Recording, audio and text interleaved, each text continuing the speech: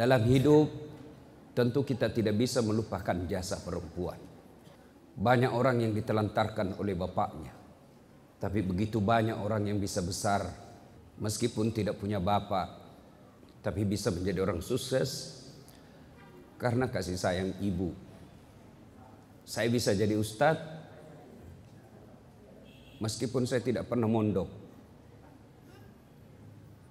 tapi karena ibu saya. Beliau sekarang usia 85 tahun. Tidak pernah sekolah. Punya suami yang pekerjaan tidak jelas. Pernah ditinggal merantau bertahun-tahun. Saya melihat ibu saya menjual piringnya untuk menyekolahkan anaknya. Saya melihat ibu saya, dia jual mesin jahitnya yang satu-satu peninggalan dari kakek saya. Saya ingat itu mesin jahit warna hitam, mereknya kupu-kupu. Dijualnya 10.000. Pertama dia hanya pinjam duit 5.000 sama tetangga, lalu tidak bisa dibayarnya. Lalu ibu saya berkata, ambil ini mesinku, kau beli 10.000. Tapi yang membelinya hanya mampu membeli 9.000. Piring gelas habis dijual. Karena bapak saya waktu itu pergi merantau dan tidak punya penghasilan. Tapi ibu saya gigih menyekolahkan anaknya. Alhamdulillah dari ibu yang tidak punya sekolah itu, saya tahu adab. Saya tahu tata krama. Saya ingat sekali ketika ibu saya selalu menyuruh saya, nak kau pergi pinjam gula di sebelah. Kalau ada tamunya, tidak ada gula pasir, pinjam di sebelah. Kau duduk dulu. Jangan kau bicara sambil berdiri. Duduk kau, tudak kau kalau orang Bugis bilang. Ajak mumat bicara tetong. Duduk kamu, jangan kau berbicara sambil berdiri. Tidak adab itu. Begitu dipeliharanya adab untuk anak. Saya pernah dikasih lombok merah yang besar, ditumbuk, dikasih di mulut saya. Karena saya didapat berbicara kotor. Begitu peliharanya adab. Padahal ibu saya tidak ada sekolah. Tidak pernah ikut majelis taklim. Tidak pakai jilbab besar zaman itu. Tapi alhamdulillah kami anak-anaknya punya adab. Dan inilah puncak dari semua ilmu, adab. Tidak ada gunanya tinggi fikih, tasawuf, tadarrus. Kau tidak punya adab, tidak ada gunanya itu semua. Dan alhamdulillah ibu saya mampu menanamkan itu. Tentu kita heran, kenapa ibu-ibu sekarang tinggi sekolahnya. Fasilitas di rumah lengkap. Suaminya punya gaji bulanan. Sopirnya pun ada. Mau ke pasar juga diantar. 2 anaknya kok tidak bisa dididik. Ini tentu menjadi koreksi buat kita semua. Kok ibu-ibu bisa begini sekarang? Zaman dulu masa aja susah.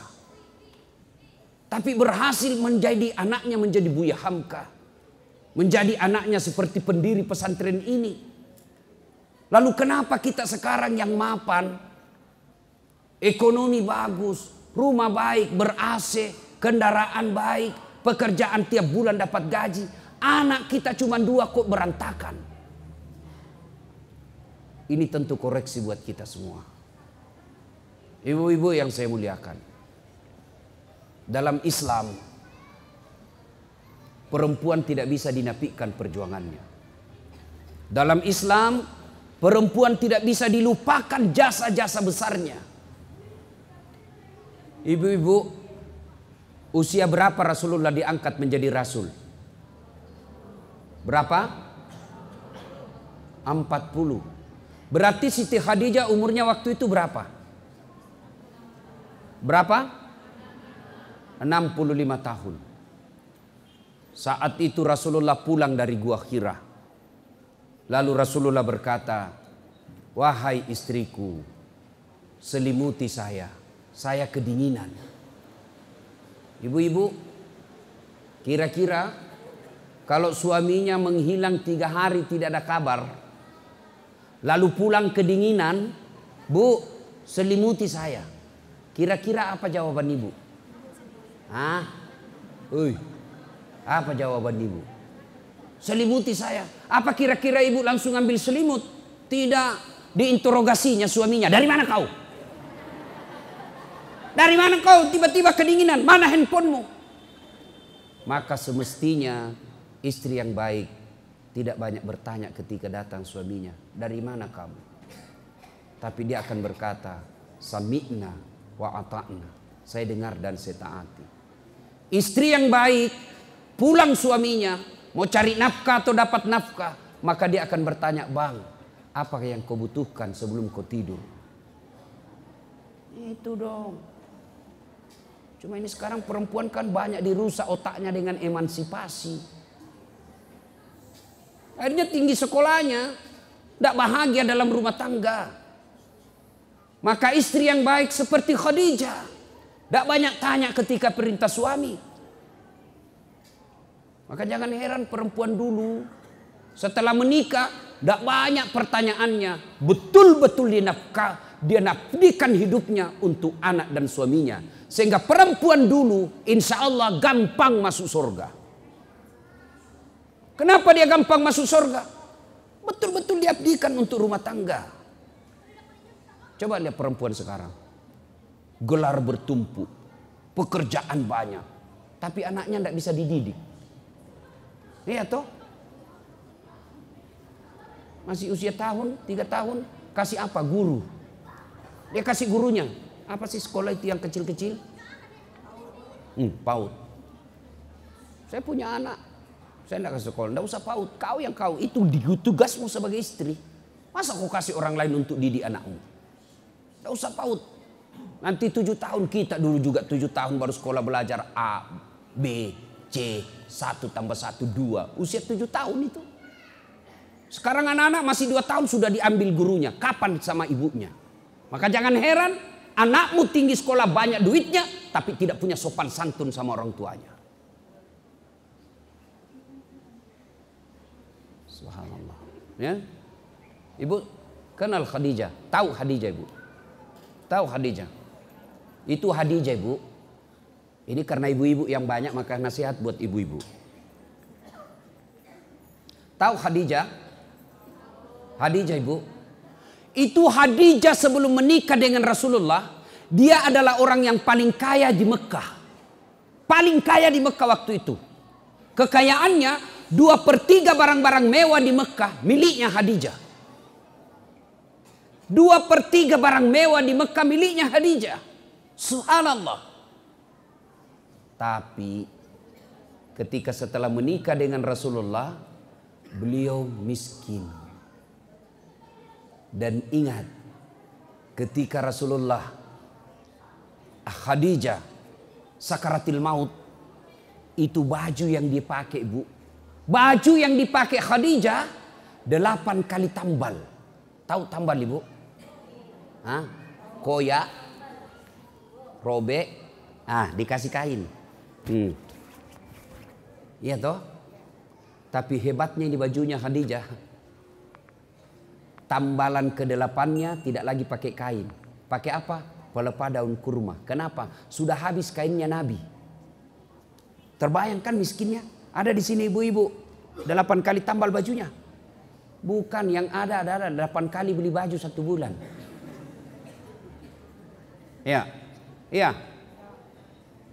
Khadijah ketika sakaratil maut, dia panggil anaknya Fatimah. Fatimah ta'al. Anakku sini dulu. Kenapa bunda? Ini sebentar lagi saya akan menghadap kepada Allah. Tolong mintakan serbannya bapakmu. Serban. Tahu serban ibu? Mintakan serbannya bapakmu yang selalu dia pakai menerima wahyu. Minta, saya mau pakai untuk kain kafan. Mudah-mudahan serbannya bapakmu itu, yang tak lain serbannya Rasulullah, saya jadikan kafan sehingga saya terhindar dari azab kubur. Lalu anaknya berkata, bunda aja yang minta.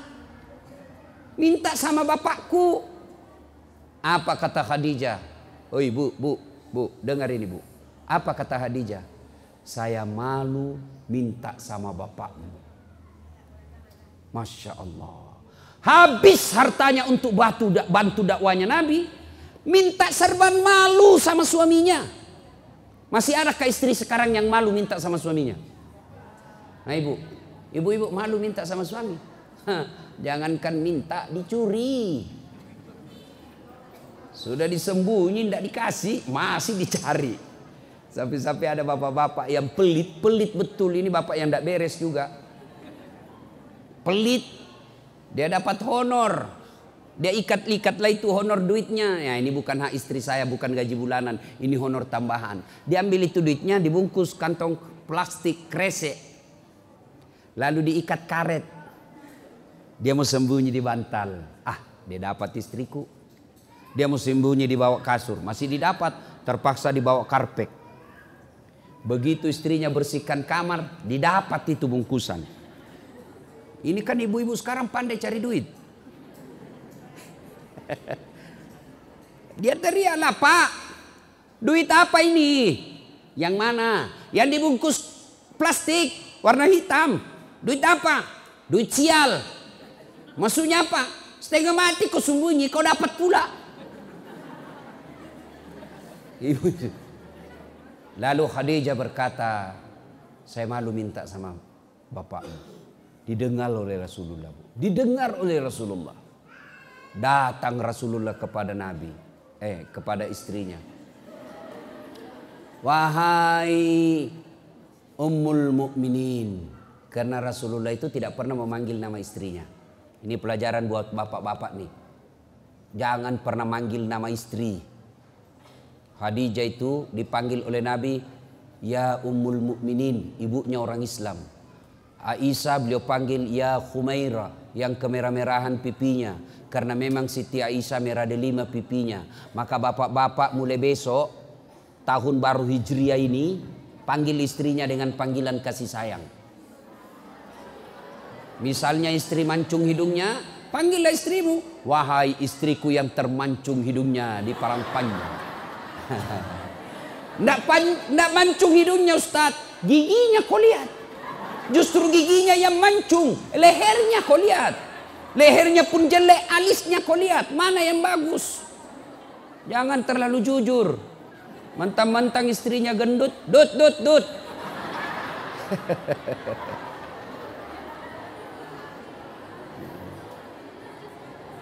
Datang Nabi.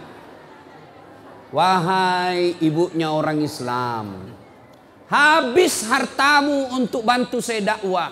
Ketika Nabi diboikot 3 tahun, diboikot saat awal-awal Islam dakwah, itu kan diboikot itu Bani Hashim. Tidak boleh bertransaksi dengan Bani Hashim, tidak boleh bekerja sama dengan Bani Hashim. Puluhan orang Islam yang wafat waktu itu. Habis hartanya untuk Khadijah untuk bantu umat Islam pada saat itu. Nabi berkata, habis hartamu untuk bantu saya.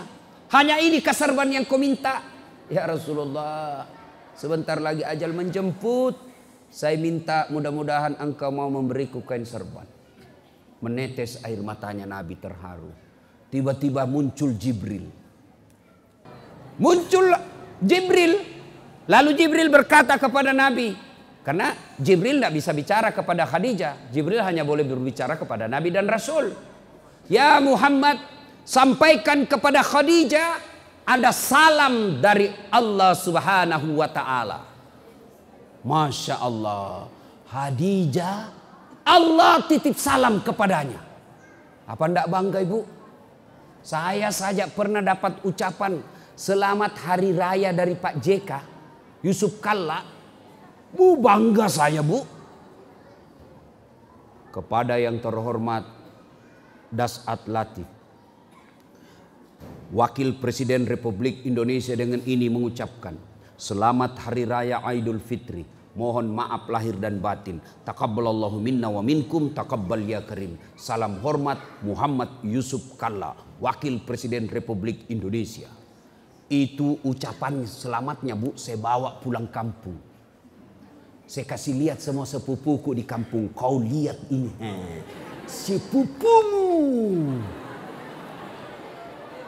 Coba, itu baru kartu lebaran kita sudah bangga. Wakil presiden, padahal wakil presiden ada habis jabatannya. Bagaimana kalau Allah yang titip salam? Dan itu Allah titip salam kepada Khadijah. Lalu Jibril pun berkata lagi, ya Muhammad, sampaikan kepada Khadijah, ada salam dari Allah dan Allah telah menyediakan Khadijah istana dalam surga. Masya Allah. Sudah surga, istana lagi. Sudah dalam surga, sudah kenikmatan, tambah lagi istana. Istananya kata Jibril, sampaikan kepada Khadijah, Allah sediakan istana dalam surga yang terbuat dari mutiara. Ibu tahu mutiara? Tahu mutiara? Kenapa tidak dikatakan terbuat dari jamrud, terbuat dari berlian, terbuat dari emas? Kenapa terbuat dari mutiara? Karena ternyata Khadijah punya sifat seperti mutiara. Apa sifat mutiara, Ibu? Mutiara hidup di dasar laut. Ada masuk pasir, ada masuk kerikil-kerikil dalam perutnya. Dia tutup cangkangnya. Bayangkan, perut mutiara itu kan daging yang lembut. Tutup cangkangnya, masuk pasir, masuk kerikil, pasti sakit kan? Tapi ditutup cangkangnya. Mutiara tidak pernah berteriak. Yang pasir kerikil dia oles sendiri, dia hadapi sendiri dalam cangkangnya. Setelah beberapa saat kemudian dibuka cangkangnya. Apa yang keluar? Mutiara. Apa sifat Khadijah? Masalah dalam hidupnya, masalah dalam rumah tangganya tidak pernah diekspos keluar, tidak pernah mengeluh kepada manusia. Khadijah hanya mengeluh kepada Allah. Ibu-ibu zaman sekarang ngeluhnya bukan di sajadah, ngeluhnya bukan doa, ngeluhnya di mana? Di Facebook. Ngeluhnya di mana? Di WhatsApp. Ngeluhnya di mana? Medsos. Bertengkar suaminya update status. Tidak kusangka kau begitu. Pergi suaminya 3 hari tidak ada kabar, update status lagi. Di mana di kau? Update status lagi, kesepian banget.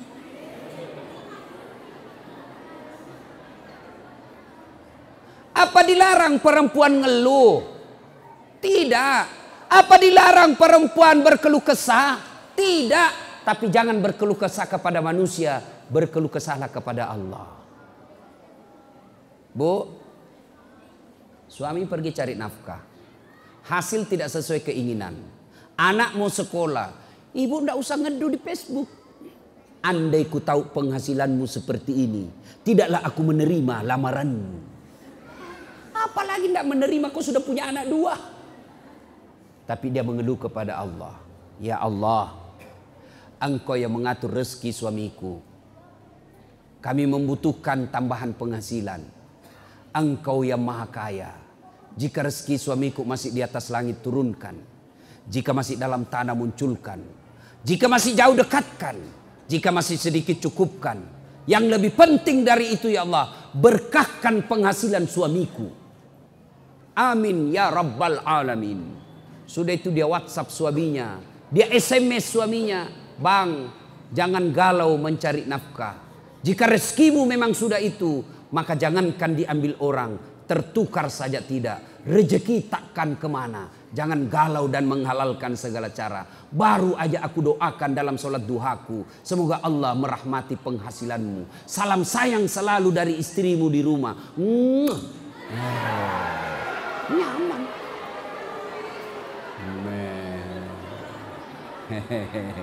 Ini anak-anak nih lagi jatuh cinta ya. Ada nama Hayati di sini? Ada?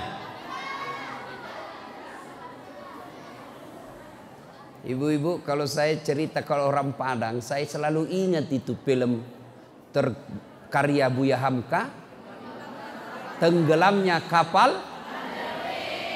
Siapa nama laki-lakinya? Siapa nama ceweknya? Hayati. Aku akan bawa cintaku sampai mati. Inilah laki-laki kalau lagi jatuh cinta. Aku akan mengikutimu. Kemana kau pergi aku ikut. Kau ke gunung aku akan mengikutimu. Gunung kan kudaki. Lautan ku seberangi. Masjid kau lewati. Dek. Cewek. Halo Ahwat. Jangan kau percaya kalau cowok lagi jatuh cinta. Jangan. Bohong itu. Satu-satunya makhluk yang tidak boleh kau percaya, laki-laki ketika dia jatuh cinta. Bohong itu. Semua enak-enak dia bilang. Dia bawakanlah kau coklat. Dia bawakanlah kau bunga. Malam sebelum tidur, adindaku sayang. Gimana kabarmu di sana? Aku menunggumu di sini kesepian. Pret.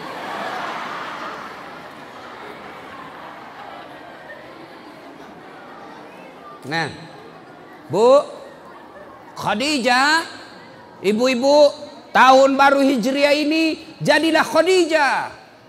Apa Khadijah? Patuh dan taat sama suami, lalu tidak pernah mengeluh kecuali hanya kepada Allah. Kepada tetangga tidak boleh, kepada saudara pun tidak boleh. Untuk apa kau cerita aib-aib rumah tanggamu kepada orang lain? Kenapa? Pasti dia cerita. Kalau ibu curhat sama tetangga, suami saya kok gitu ya. Saya tidak sangka dulu, waktu belum dinikahinya aku santun. Hati-hati sayang. Ada batu di depanmu. Sekarang setelah ada anakku tahan tuh kakiku, dibilang di mana kau simpan matamu? Sekarang tidak usah curhat sama tetangga. Dengar tetanggamu curhat, apa kata tetangga? Kasihan benar ibu, kok bisa ya suamimu begitu? Tapi dalam hatinya rasai loh. Tidak usah. Ibu cerita ke orang lain, pasti dia cerita juga. Masa dia cerita saya Ustadz? Saya masih sepupu satu kali itu, masih sepupu saya. Masa dia cerita? Siapa Abu Lahab? Abu Sofyan. Abu Sofyan itu sepupunya Nabi. Masa dia cerita saya Ustadz? Itu masih paman saya. Siapa Abu Lahab? Pamannya Nabi. Masa dia cerita saya Ustadz? Itu masih saudara kandung sama saya. Siapa yang dorong Nabi Yusuf masuk ke sumur? Jadi tidak usah kau cerita aibmu. Tidak usah kau cerita penderitaan rumah tanggamu. Kan ini orang bule selalu bilang, berceritalah, berkisahlah. Karena ketika kau bercerita, bebanmu akan berkurang. Siapa bilang? Lebih baik cerita kepada Allah. Ngadu ibu. Sholat tahajud. Sholat duha. Sholat hajat. Kalau Allah yang kabulkan doa ibu, kecil memperbaiki rumah tangga. Nih perempuan pertama, Khadijah. Ada lagi perempuan, Nabi dakwah. La ilaha illallah. Tiada Tuhan selain Allah. Jangan sembah kecuali Allah. Ribut Madinah, Mekah. Marah kafir Quraisy.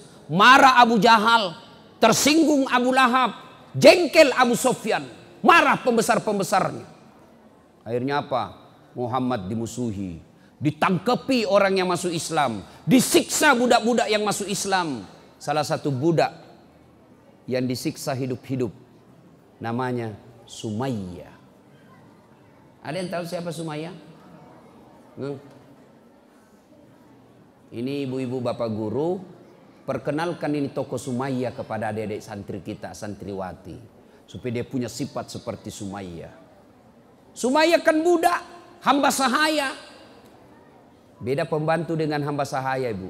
Kalau pembantu itu punya hak, digaji tiap bulan, dia dilindungi, itu pembantu. Kalau hamba sahaya itu hak milik, sama handphone kita punya. Mau ditendang, mau dijual, mau dibakar. Mana hamba sahaya. Nah, ini Sumayyah hamba sahaya. Ditangkap satu keluarga. dicebur dalam tanah, dikubur dalam tanah sampai di leher. Suaminya, anaknya. Dijemur berhari-hari. Apa?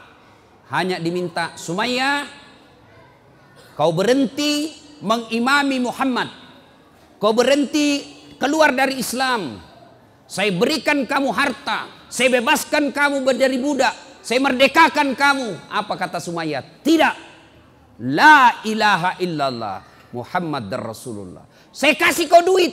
Tidak. La ilaha illallah Muhammad Rasulullah. Saya kasih kau rumah. Tidak. La ilaha illallah Muhammad Rasulullah. Tidak goyang imannya. Akhirnya Abu Jahal jengkel. Kurang ngajar ini budak ini.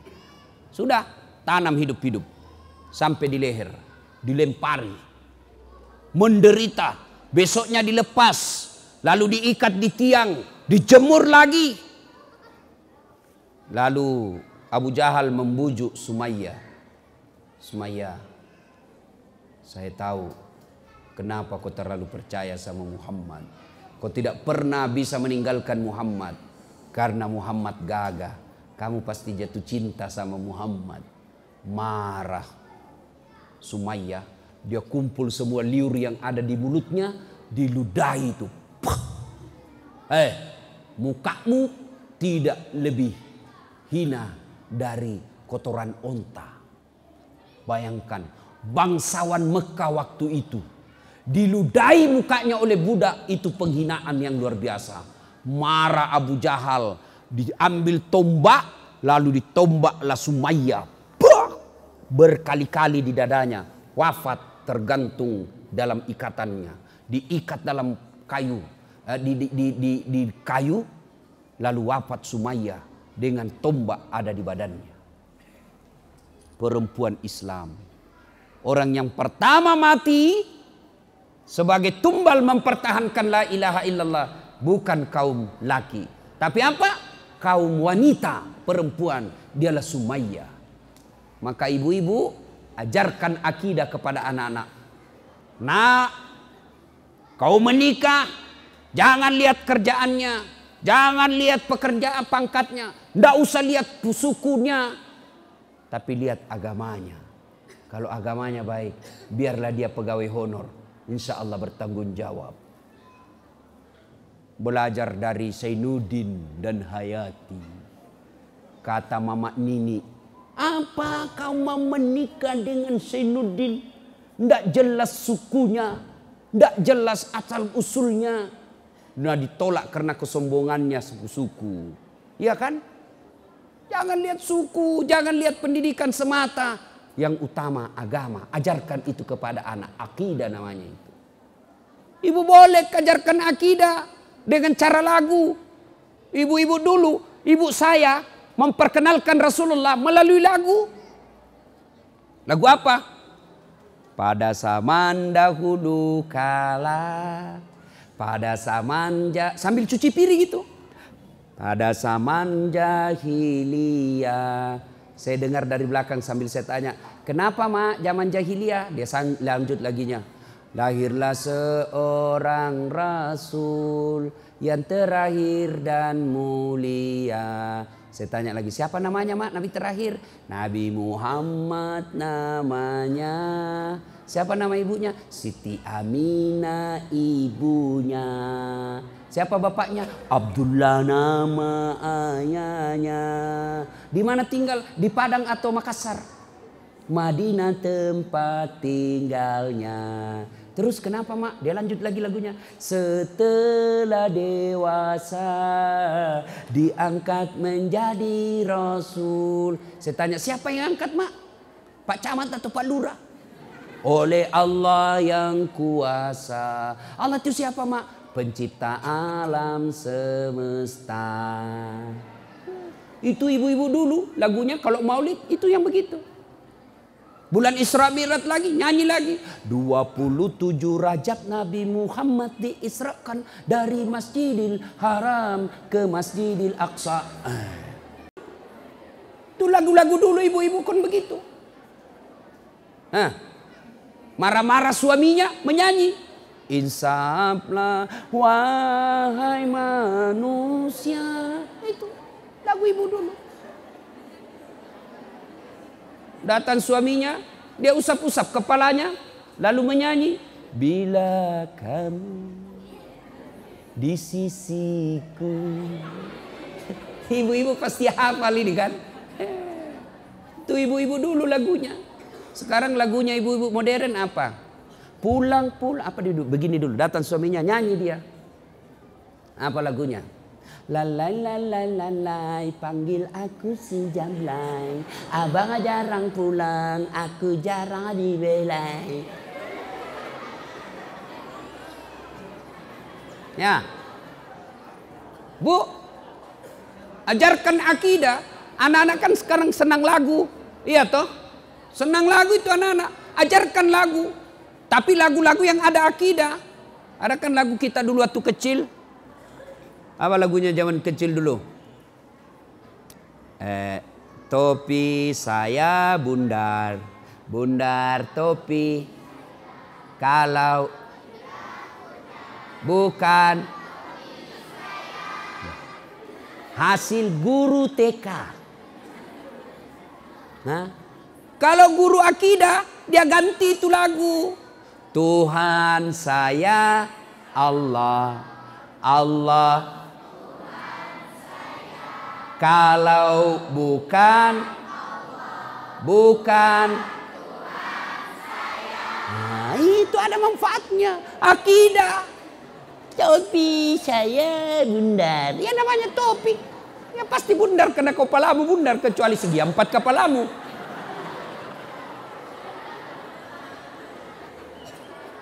Ya. Nah, jadi ajarkan akidah seperti Sumayyah wafat mempertahankan akidahnya. Dalam pergerakan Islam. Ketika Nabi hijrah dari Mekah ke Madinah, Nabi transit di Gua Zur. Adik-adik tahu Gua Zur? Tempatnya Nabi apa? Bersembunyi 3 hari 3 malam bersama siapa? Siapa? Abu Bakar Siddiq. Pada saat itu ada tokoh wanita yang sengaja naik mendaki gunung. Ibu-ibu yang pernah ke Tanah Suci, biasanya kan kita dibawa ziarah itu di Gua Zur. Itu kalau jalan kaki naik ke atas, laki-laki saja paling cepat 3 jam. Ini tokoh wanita yang jalan kaki membawakan makanan Nabi ke Gua Zur 3 hari 3 malam berturut-turut. Siapa yang tahu namanya? Siapa? Asma. Bukan Asma. Asma binti Abu Bakar Siddiq. Inilah dia. Sampai anaknya Abu Bakar Siddiq ini tidak punya tali. Dia robek itu jilbabnya. Dia robek itu kudungnya untuk membungkus makanan untuk Nabi. Artinya wanita boleh melakukan pergerakan-pergerakan politik. Tapi dengan catatan tidak boleh menghindarkan fitrahnya sebagai perempuan. Boleh beraktivitas perempuan di luar, boleh, dengan catatan tidak boleh meninggalkan tugasnya sebagai istri dan tugasnya sebagai ibu. Itu bicara perempuan-perempuan hebat. Berkaitan juga dengan hijrah. Ketika selesai rapat bangsawan-bangsawan kafir Quraisy, itu kan bersepakat mereka ketika rapat. Ini rapat tidak boleh bocor. Sebentar malam Muhammad kita akan bunuh. Tidak boleh bocor hasil rapat. Siapa yang bocorkan kami tangkap. Setuju? Setuju. Pulang rapat ada bapak-bapak dia cerita sama istrinya. Bu, apa? Cari bu. Apa? Rahasia. Muhammad sebentar malam mau dibunuh. Tapi jangan kau ngomong. Ini rahasia ya. Awas bocor. Ini sudah dikasih tahu istrinya. Ini istrinya pergi bertetangga. Jangan ngomong-ngomong. Ini rahasia. Hanya kau saya kasih tahu. Jangan ngomong ya. Aman, tidak bocor. Muhammad sebentar malam mau dibunuh. Setelah itu ini dia cerita lagi tetangga. Jangan ngomong-ngomong. Ini rahasia. Akhirnya awalnya nggak ngomong-ngomong, satu Makkah ngomong.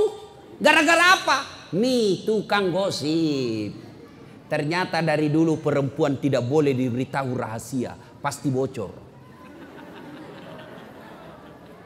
Itu penyakitnya perempuan. Kan itu kita baca kisah dalam kitab kisah Isra Mi'raj. Ketika Nabi pergi perlihatkan isi surga, alhamdulillah banyak perempuan dalam surga. Begitu mampir lihat neraka, lebih banyak lagi dalam neraka. Apa sebabnya? Karena perempuan tidak bisa menjaga gosip. Kalau kumpul-kumpul begini, masih ada itu yang gosip. Lewat temannya enggak dicerita, tapi dilihat mulai dari pintu masuk sampai duduk. Apa? Dia enggak ngomong tapi matanya, bibirnya. Kenapa? Enggak serasi kudungnya. Iya, kayak umbun-umbun. Satu sudah gosip tuh, lewat lagi yang satu. Palsu lipstiknya. Kenapa kau tahu? Melengket di giginya. Sudah 3 dia gosip. Sampai Ustadz Dasat pun dia gosip. Saya lewat tadi ada yang bilang, Ustadz Dasat itu juga bajunya yang di YouTube.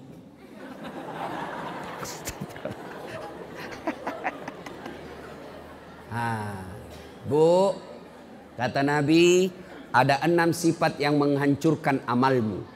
Dia hancurkan tadarusmu, dia hancurkan tahajudmu, dia hancurkan Senin Kamismu, dia hancurkan semua amal-amal kebaikanmu. Ada 6 kata Nabi. Satu di antara 6 penghancur amal itu kata Nabi, qillatul haya, kurang rasa malu. Berikutnya, Nabi pernah jalan ke suatu tempat. Dalam perjalanan menuju tempat tersebut, Nabi melewati pemakaman. Tahu pemakaman, Ibu? Tahu? Ketika Nabi lewat, contoh-contoh ini ya. Nabi dari sini mau ke sini, tapi Nabi melewati kuburan, pemakaman. Sini pemakaman. Begitu Nabi lewat sini, Nabi bersabda, langkahkan kakimu dengan cepat. Sahabat langkahkan kaki, cepat-cepat sampai Nabi di tujuan sini. Setelah selesai urusan Nabi balik lagi, rute yang sama. Setelah tiba di sini, sahabat langsung langkahkan kaki dengan cepat lagi, tanpa diperintah Nabi. Mereka langkahkan kaki cepat. Nabi bilang tidak usah buru-buru, santai saja, biasa saja. Sampai di sini, sahabat bertanya, ya Rasulullah, waktu pergi di sini kami disuruh buru-buru, pulang kok tidak lagi, ada apa? Nabi menjelaskan, andai saja kau diberi telinga seperti pendengaranku, maka kau akan tahu betapa disiksanya ini orang dikubur. Saya tidak tahan mendengar, maka saya langkahkan kakiku cepat-cepat supaya saya tidak dengar dia disiksa di kuburnya. Waktu pulang tidak lagi disiksa. Kenapa? Saya dapat berita dari Jibril. Allah perintahkan Jibril, perintahkan malaikat yang menyiksa di kubur, hentikan siksaanmu. Tidak mungkin ini anak orang tuanya kusiksa di kubur, sementara anaknya lagi belajar mengaji membaca basmalah. Bismillahirrahmanirrahim. Baru anaknya baca basmalah, orang tuanya sudah dilepaskan dari siksa kubur. Nah, ini yang banyak sekarang. Anak-anak kita berantakan. Sopan sama cowoknya, kurang ngajar sama mamanya. Ibu-ibu, Bu, Pak, kalau anak kita jabat tangan sama bapak, dia cium enggak tangannya? Cium tangannya bapaknya? Enggak, saya lihat. Dia cuma sliding. Jabat tangan. Itu anak-anak kita ke jabatan. Itu bukan cium tangan itu. Cium tangan itu begini. Baru. Itu cium tangan. Anak-anak kita sekarang ini. Mak, saya pergi sekolah ya. Bukan cium tangan itu. Sekalinya cowoknya, iya Mbak. Dongo. Tahu dongo? Beleng-beleng. Tahu beleng-beleng? Dongo. Itu dia. Sama cowoknya sopan. Sama bapaknya kurang ajar. Kenapa anak-anak kita sekarang begini, Bu? Kenapa? Salah satu sebabnya orang tua gagal mendidik anak. Prestasi ibu bukan jadi anggota DPR. Prestasi ibu bukan jadi insinyur. ketua partai, ketua ini. Bukan. Prestasi ibu yang dinilai di akhirat kelak. Anak yang soleh dan soleha. Saya sibuk Ustadz. Suamiku juga sibuk Ustadz. Tuntutan pekerjaan sosial Ustadz. Oke, kalau sibuk bawa anak di pesantren. Nah ini fungsinya pesantren. Ibu kalau anak di pesantren, insya Allah makannya halal. Anak di pesantren, insya Allah temannya baik. Anak di pesantren, insya Allah salatnya berjamaah di masjid dan tepat waktu. Ya, kadangkala anak dimasukkan pesantren, ibunya ndak tega. Ndak tega saya lihat anak saya, kesian. Satu kamar 8 di dalam, ndak pakai kasur, makannya cuma tempe. Ada kakak saya dulu dikasih masuk pesantren anaknya, ndak tega saya lihat anak saya. Kenapa? Makan tempe di dalam, kesian dia. Saya bilang bawa keluar anakmu, dia makan narkoba. Ya, nah ibu bapak saudara-saudara sekalian, inilah fungsinya pesantren. Bawa anak-anak kita, serahkan ke guru. Kalau ibu tidak mampu mendidik anak, mau ngajar ngaji anak, ibu juga tidak tahu ngaji. Mau ngajar fikih anak, ibu juga tidak tahu fikih. Ya sudah, dorong ke pesantren. Mudah-mudahan di pesantren, insya Allah anak kita dapat hidayah dan keluar menjadi wanita muslimah yang akan menolong ibunya di akhirat kelak. Inilah tausiah kita, mudah-mudahan ada manfaat. Insya Allah lain waktu dan kesempatan kita akan lanjutkan. Terima kasih, mudah-mudahan ada manfaat. Sebelum kita akhiri, mari kita bersalawat kepada Rasulullah Muhammad SAW. Bisa ibu? Salatullah, salamullah, ala toha. Salatullah, salamullah, ala yasin habibillah. Tawassalna bi bismillah wa bil hadi rasulillah wa kulli mujahidilillah bi ahlil badri ya Allah. Alhamdulillahirabbil alamin. Terima kasih, lebih dan kurangnya mohon dimaafkan. Kalau ibu-ibu masih mau dengar ceramah saya, gampang. Ambil HP, buka YouTube, tulis nama saya Das'at Latif. Keluar ceramah saya ratusan itu. Ada di situ judulnya metode mendidik anak, kewajiban orang tua kepada anak, kewajiban anak kepada orang tua, ciri-ciri istri yang soleha. Itu banyak di situ. Silakan nonton. Sudah nonton, jangan lupa kasih tanda begini. Like. Jangan kasih gini ya. Kalau dikasih gini, ibu dicari malaikat pencabut nyawa. Masa ceramah dikasih gini? Nggak enaknya. Ya. Nah, cuma cepat habis kuotanya ibu.